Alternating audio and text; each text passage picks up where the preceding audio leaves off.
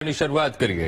અમદાવાદમાં હાટકેશ્વર પુલ વિવાદનું ઘર બન્યું છે અને ભાજપના ભ્રષ્ટ સત્તાધીશો અને અધિકારીઓની ભ્રષ્ટ નીતિનો અમદાવાદીઓ ભોગ બની રહ્યા છે। વર્ષ 2017માં ₹40 કરોડના ખર્ચે કોન્ટ્રાક્ટર અજય ઇન્ફ્રાકોન દ્વારા બનાવવામાં આવેલા હાટકેશ્વર બ્રિજને તોડી પાડવા માટે અમદાવાદ મ્યુનિસિપલ કોર્પોરેશન દ્વારા ટેન્ડર બહાર પાડવામાં આવ્યું છે।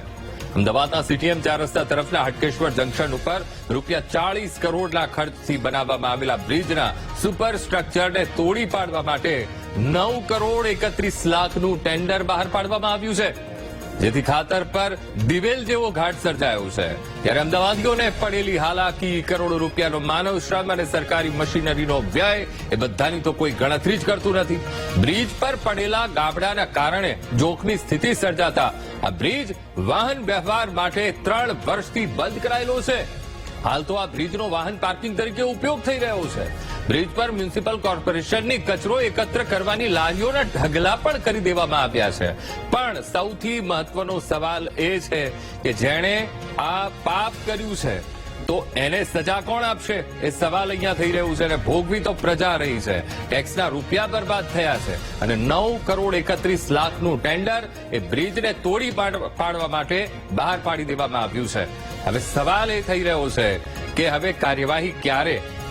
વારંવાર ટેન્ડર પ્રક્રિયાઓ અને અમદાવાદનું આ વિવાદિત હાટકેશ્વર બ્રિજ, જેને લઈને આ મહત્વપૂર્ણ અપડેટ। હાટકેશ્વર બ્રિજને તોડી પાડવા માટે ફરી એકવાર ટેન્ડરની પ્રક્રિયા એ હાથ ધરવામાં આવી। તોડી પાડવા માટે 9 કરોડ 31 લાખનું ટેન્ડર એએમસીએ બહાર પાડ્યું છે। અનેક ટેન્ડરો બહાર પાડવા છતાં એએમસીને તેને તોડવા માટે કોન્ટ્રાક્ટર જ મળતા નથી। ફરી એકવાર એએમસીને ટેન્ડર બહાર પાડવું પડે છે। અમે આપને આ હાટકેશ્વર બ્રિજના દ્રશ્યો બતાવી રહ્યા છીએ। આખો દિવસ ત્યાં ટ્રાફિક હોય છે અને સાથે ત્યાંના સ્થાનિકોને હાલાકી વેઠવાનો વારો આવે છે।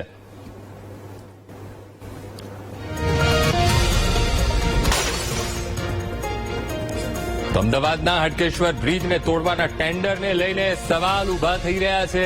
કોર્પોરેશનના વિપક્ષ નેતા શહેજાદ ખાન પઠાણે સવાલો ઉઠાવ્યા છે। તેઓ કહી રહ્યા છે કે 1000 દિવસ પછી કોર્પોરેશનને બ્રિજ તોડવાનું યાદ આવ્યું। 3 વર્ષથી આમને આમ બ્રિજ પડ્યો છે। ટેન્ડરમાં માત્ર બ્રિજ તોડવાની વાતને લઈને પણ તેમણે સવાલો ઉભા કર્યા છે। શું તોડ્યા પછી બ્રિજ ફરી નહીં બનાવવામાં આવે? આ સવાલ પણ કરવામાં આવ્યો છે। હાટકેશ્વર બ્રિજને તોડવાના ટેન્ડરને લઈને ઘણા બધા સવાલો ઉભા થઈ રહ્યા છે અને કોર્પોરેશનના વિપક્ષ નેતા શહેજાદ ખાન પઠાણે સવાલ ઉઠાવ્યા। 1000 દિવસ પછી કોર્પોરેશને બ્રિજ તોડવાનું યાદ આવ્યું। ટેન્ડરમાં માત્ર બ્રિજ તોડવાની વાતને લઈને પણ સવાલો કર્યા છે। શું તોડ્યા પછી ત્યાં બ્રિજ ફરી નહીં બનાવવામાં આવે? આ સવાલ પણ અહીંયા કર્યો છે। 40 કરોડના બ્રિજમાં ભ્રષ્ટાચાર ન થયો હોત તો લોકોને કેટલી પરેશાની થઈ હોત। કોર્પોરેશને બ્રિજ તોડવા 9 કરોડ 31 લાખ રૂપિયાનું ટેન્ડર બહાર પાડ્યું છે અને હવે જેને લઈને સવાલો પણ ઉભા થઈ રહ્યા છે।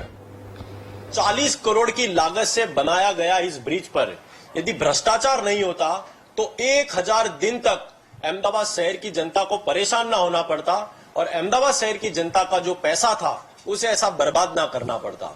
मैं मानता हूं कि अहमदाबाद म्युनिसिपल कॉर्पोरेशन के इतिहास में ब्रिज प्रोजेक्ट का वो सबसे बड़ा भ्रष्टाचार था कि क्या हाटकेश्वर ब्रिज को अब फिर से निर्माण नहीं किया जाएगा, उसका कोई भी स्पेसिफिकेशन इस टेंडर में नहीं बताया गया है।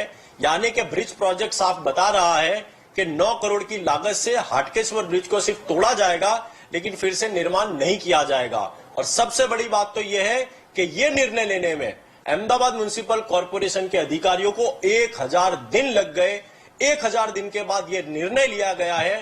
मैं मानता हूं देर से आए दुरुस्त आए, लेकिन कहीं ना कहीं कांग्रेस पार्टी का ये मानना है।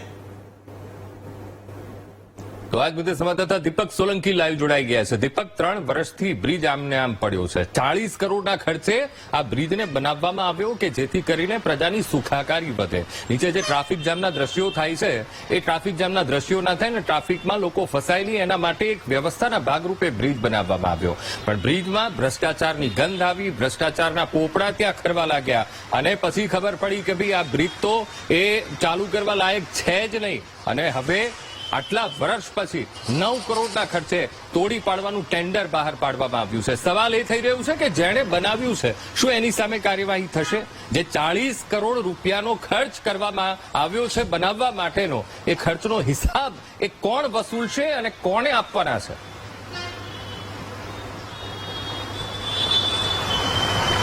અંકુર, જે પ્રકારે હાટકેશ્વર બ્રિજ જે વિવાદોથી ભર્યો છે, ભ્રષ્ટાચારનો પર્યાય બન્યો હતો, કારણ કે અહીં 42 કરોડના ખર્ચે આ બ્રિજ બનાવવામાં આવ્યો અને માત્ર 3 વર્ષની અંદર બ્રિજ જે છે તે તોડવો પડે તેવી પરિસ્થિતિ આવી ચૂકી. ખૂબ જ વિવાદ થયો, રાજકીય પક્ષો દ્વારા પણ તેનો વિરોધ કરવામાં આવ્યો અને હવે જ્યારે 4 વખત ટેન્ડર કરવામાં આવ્યું, કોઈ પણ કોન્ટ્રાક્ટર તેમને ન મળ્યો અને ફરી એકવાર જ્યારે આ બ્રિજ માત્ર તોડવા માટેનું ટેન્ડર કરવામાં આવ્યું છે અને તે પણ 9.31 કરોડનું. એટલે કે અમદાવાદ મહાનગરપાલિકા કે જે ભ્રષ્ટાચારનો સૌથી મોટો એક પર્યાય બન્યું હતું અમદાવાદ મહાનગરપાલિકા માટે, કે જ્યાં વિવાદ થયો હતો કે 3 વર્ષની અંદર જ જે વર્ષની આ બ્રિજની જે લાયબિલિટી હોય તે 15 થી 20 વર્ષ સુધીની હોવી જોઈએ, તે માત્ર 3 વર્ષની અંદર જ બ્રિજ ખોખલો થઈ ચુક્યો.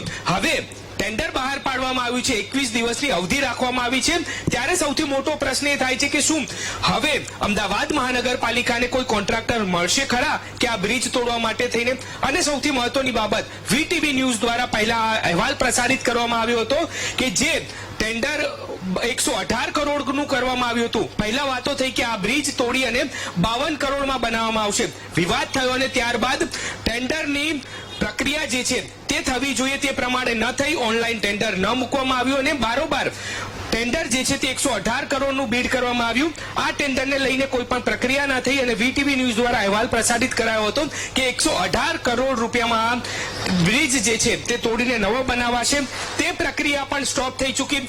લગભગ 5 થી 6 મહિના થયા, પરંતુ તે પ્રક્રિયા પણ પૂર્ણ ન થઈ અને હવે મહાનગરપાલિકા દ્વારા એક નવું ટેન્ડર કરવામાં આવ્યું છે કે જેમાં માત્ર બ્રિજ તોડવા માટે થઈને 9.31 કરોડનું ટેન્ડર કરવામાં આવ્યું છે. સૌથી મહત્વની બાબત છે કે માત્ર તોડવા માટે થઈને 10 કરોડનો ખર્ચો. ત્યારબાદ બ્રિજ અહીં બનશે કે નહીં તે સૌથી મોટો પ્રશ્ન છે. મહાનગરપાલિકા દ્વારા ખાલી તોડવાનું ટેન્ડર કરવામાં આવ્યું છે, પરંતુ અહીં સૌથી વ્યસ્ત રહેતો આ વિસ્તાર હાટકેશ્વર પાસેનો વિસ્તાર છે, જ્યાં સૌથી લોકોને હાલાકી પડતી હોય છે. ત્યારે હવે ફરી બ્રિજ બનશે કે નહીં તે પણ મોટો પ્રશ્ન છે, પરંતુ હવે ફરી એકવાર બ્રિજ તોડવા માટે થઈને 10 કરોડનો ખર્ચો અને એ 10 કરોડનો ખર્ચો અજય ઇન્ફ્રાસ્ટ્રક્ચર પાસેથી લેવામાં આવશે તેવું તંત્ર કહી રહ્યું છે. એટલે કે સૌથી મોટો પ્રશ્ન ઉભો એ થાય છે કે બ્રિજ તોડ્યા પછી હાટકેશ્વર ફ્લાયઓવર બ્રિજ નવો બનશે કે નહીં. અંકુર, બિલકુલ દીપક, સમગ્ર માહિતી સાથે જોડાવા બદલ આપનો આભાર.